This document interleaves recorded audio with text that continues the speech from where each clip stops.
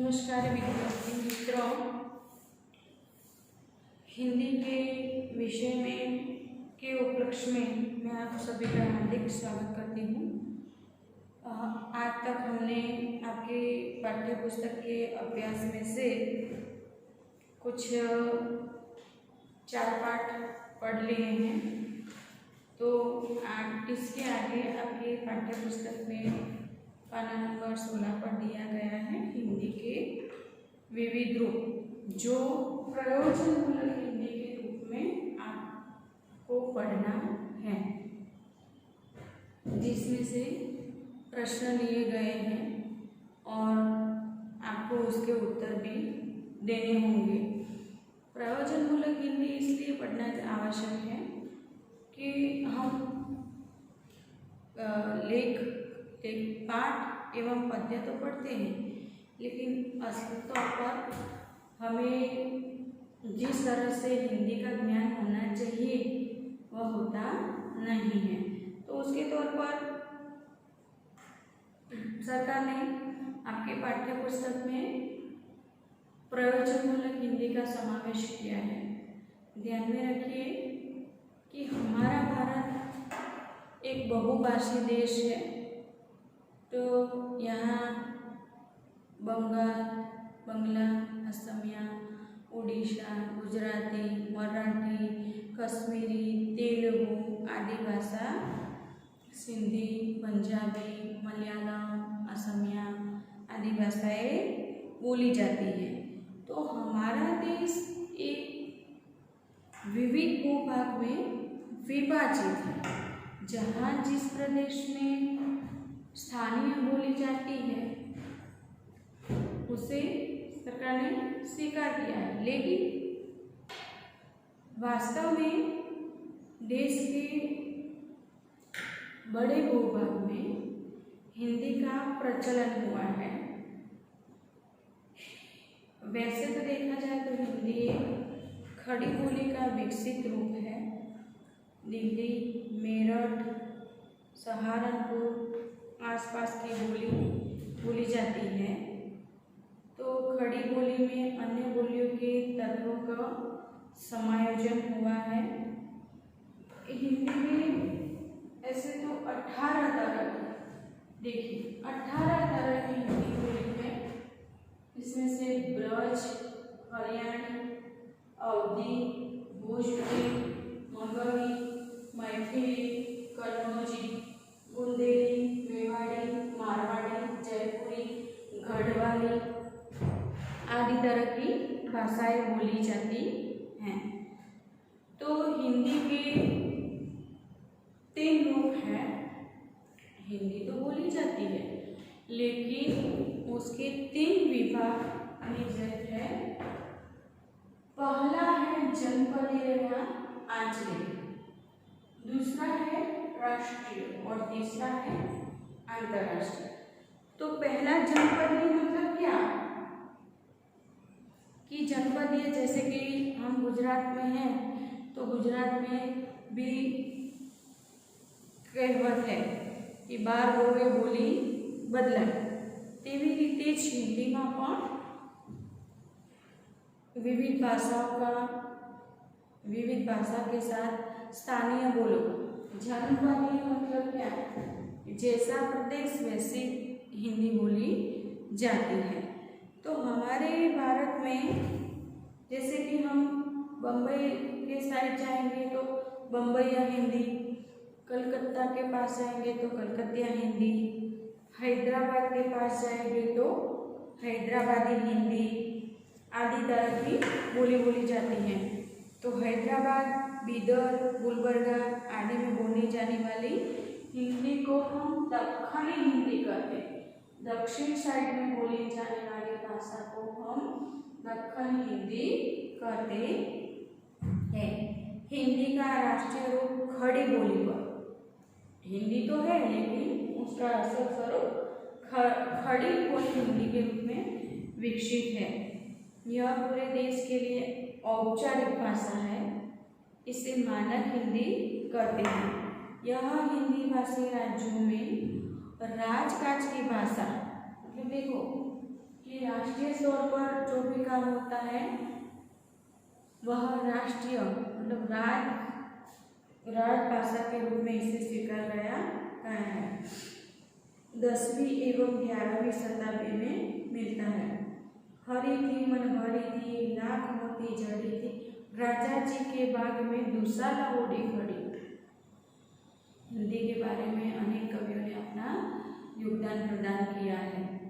तो देखिए, हरी थी मतलब हमारे मन को भा जाने वाली हिंदी भाषा के रूप में उसे स्वीकार किया गया है। एक थाल मोती से भरा, सबके सिर पर औंधा भरा, चारों ओर वह थाली मेरे, मोती उसमें एक गिरे। मतलब हमारे भारत में, हमारे समाज में, भारत के प्रांतीय प्रदेशों में हम जहाँ कहीं भी जाएंगे तो उसे संपर्क भाषा के रूप में स्वीकृत किया गया है। हिंदी कौन सी भाषा है?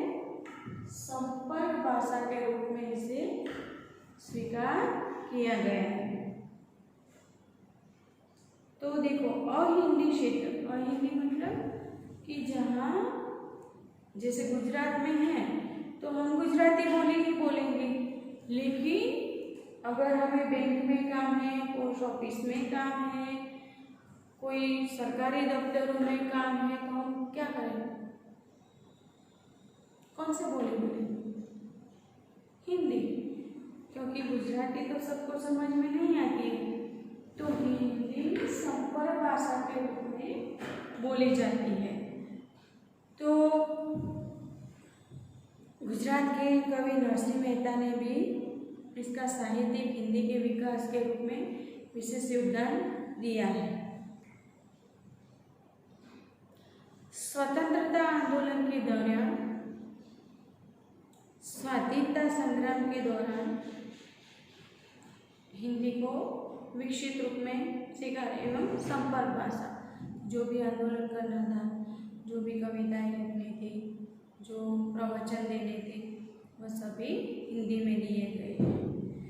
तो स्वामी दयानंद सरस्वती, लोकमान्य तिलक आदि ने राष्ट्रभाषा के नाम से प्रयुक्त किया है।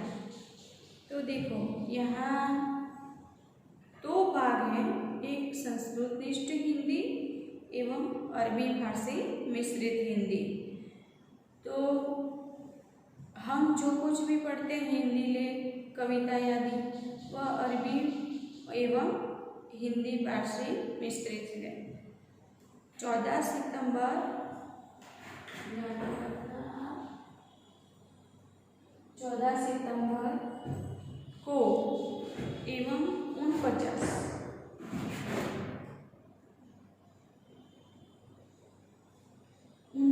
को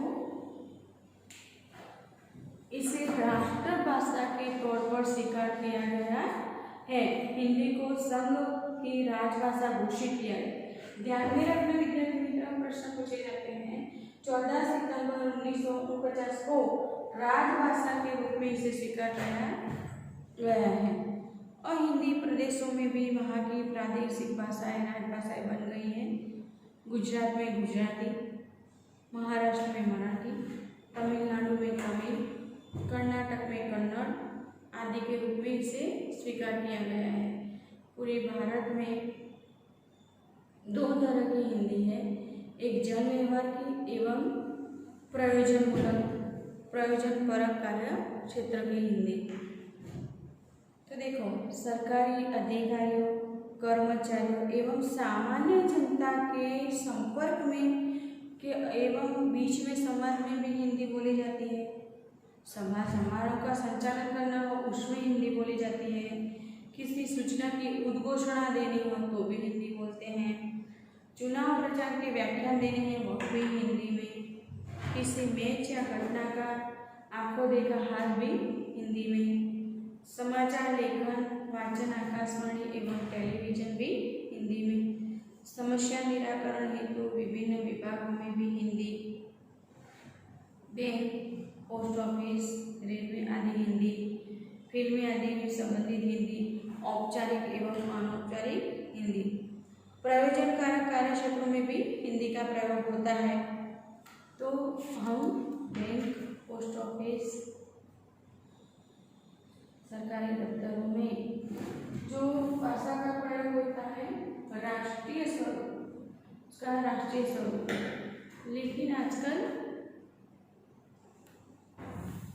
अंतर्राष्ट्रीय स्तर पर भी हिंदी का प्रयोग होता है। भारत के बाहर Fiji, Mauritius, Suriname, Trinidad, Guyana आदि देशों का मूलतः महत्व स्वीकारा गया है। यूरोप के देशों में ऑस्ट्रेलिया, एशिया महाद्वीप, अनेक देशों में जैसे चीन, जापान, कोरिया आदि में विश्वविद्यालय के स्तर पर हिंदी का अध्ययन एवं अध्यापन हो रहा है। हमारे देश में तो है, किंतु अनेक ऐसे प्रदेश हैं जहाँ भी हिंदी का अध्ययन एवं अध्यापन होता है। Nepal, Myanmar, Bangladesh, Sri Lanka, Pakistan, Malaysia, Singapore आदि क्षेत्रों में भी जन व्यवहार के हिंदी का प्रयोग होता है। संक्षेप में हिंदी साहित्यिक भाषा होने के साथ साथ भारत की राजभाषा भी एवं संपर्क भाषा भी मूलतः मानी गई। यह हमारी सामाजिक एवं सांस्कृतिक एकता का माध्यम है। तो विद्यार्थी मित्र, हिंदी तो बोली जाती है, लेकिन हिंदी के कितने भी विविध रूप है। सबसे पहले जनपदीय, आंचलिक, राष्ट्रीय, अंतर्राष्ट्रीय, आपको पता चल गया है। फिर उसको राजभाषा एवं राष्ट्रभाषा कब घोषित किया गया? 14 सितंबर 1949 को। ब्रज, हरियाणवी, अवधी, भोजपुरी, मगही, मैथिली, कन्नौजी, बुंदेली, मेवाड़ी, मारवाड़ी, जयपुरी एवं गढ़वाली हिंदी का प्रयोग होता है।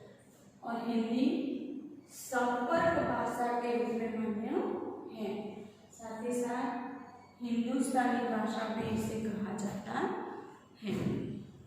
तो विद्यार्थी मित्रों, प्रयोजनमूलक हिंदी का स्वाध्याय कार्य आप पूर्ण कर लेना। और कुछ ऐसे शब्द भी हैं जो आपको अंडरलाइन करने पड़ेंगे, करके पढ़ना, जिससे आपको याद रखा जा सके।